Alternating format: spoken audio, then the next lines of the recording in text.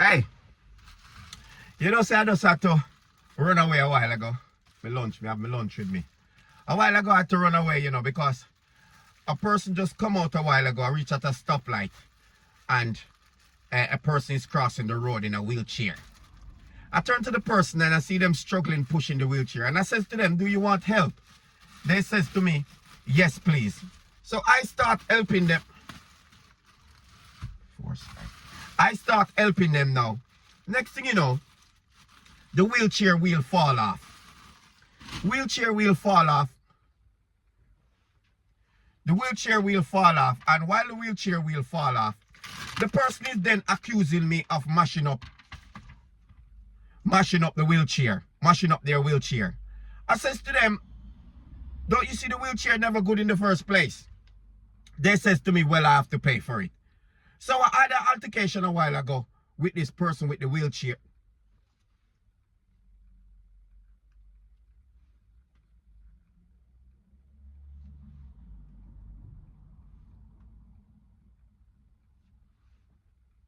I had an altercation a while ago with the person in the wheelchair. So, I'm not going to lie. I almost fight the person in the wheelchair. I know it's bad. But I almost fight the person in the wheelchair because it's a man. If it's a woman, I would have feel a little bit sorry for them. But he was giving me attitude, telling me I broke his wheelchair after I asked him if he wants a lift. And he's there giving me attitude. And you know what? I just said to myself, you know what? If it was my fault, it was my fault for offering to help in the first place. So I said, if I didn't offer to help, because some people don't appreciate the help when you actually give them the help. Because in this case, I don't know if he was looking for me to help him, and then he could accuse me of when his wheel fall off. Because his wheel could have fallen off before, and he just put it back on and this and that. So anyway.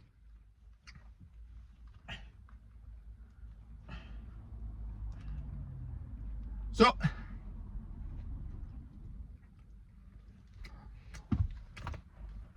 anyway, while I was there, me and him almost fight. He's giving me attitude. So you know what? I help him back up. I put back on the wheel and I lift him back up because he's only got one leg. So I help him up and I put back on the wheel. And I says to him, I'm sorry, but I ain't going to pay you for a new wheelchair. And he's saying to me, well, I'm the one that broke it because if I didn't push him, I wouldn't broke it. So you know what? I helped to put on the wheel.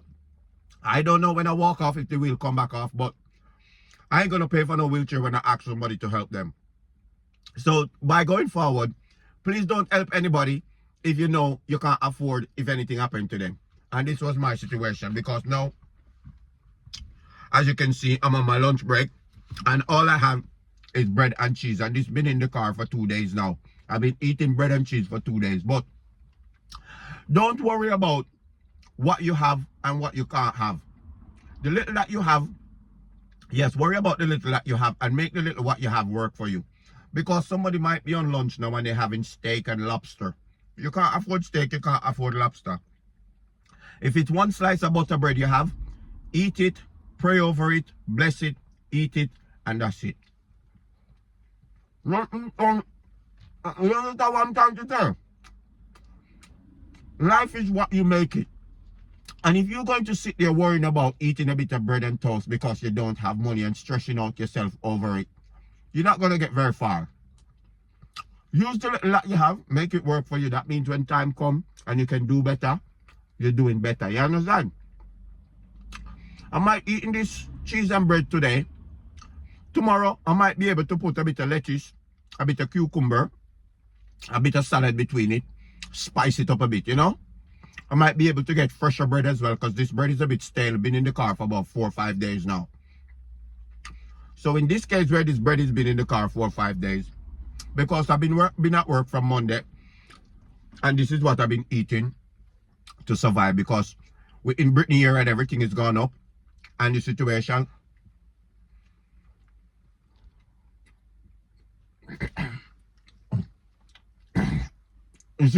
is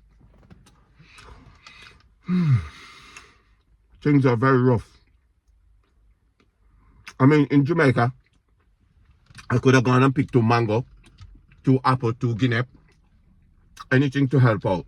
But there's no fruit tree over here in the UK where you can go outside, pick 2 mango, pick 2 apple, or even climb a coconut tree. You have to just make what you have work for you. Even though sometimes you feel like you're gonna die, like me now, eating this bread and toast, no drink, feel like I'm gonna die, but it is what it is. You understand? Live in your means. Don't get jealous, don't get envious of anybody else. Stay in your means, stay in your lane. You'll be alright. Okay? You'll be alright. Don't worry about it. Life goes on. You know? Somebody might be out there right now, they don't have bread and butter. Or they don't have bread and cheese. They're probably eating worse off than me. Or not even having anything to eat. So the little that you have, make it work for you.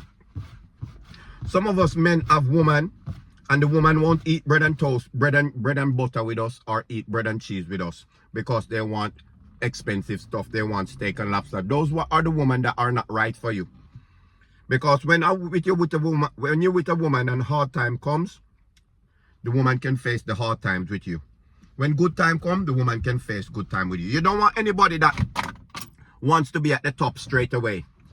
Some of you need to be in a situation where you tell your partner that, listen, you meet somebody and you tell them, listen, I don't have gas, I don't have electric in the house. Don't just tell them that you have money straight away. Because some of these women are only with you for assets, money, things that they can get.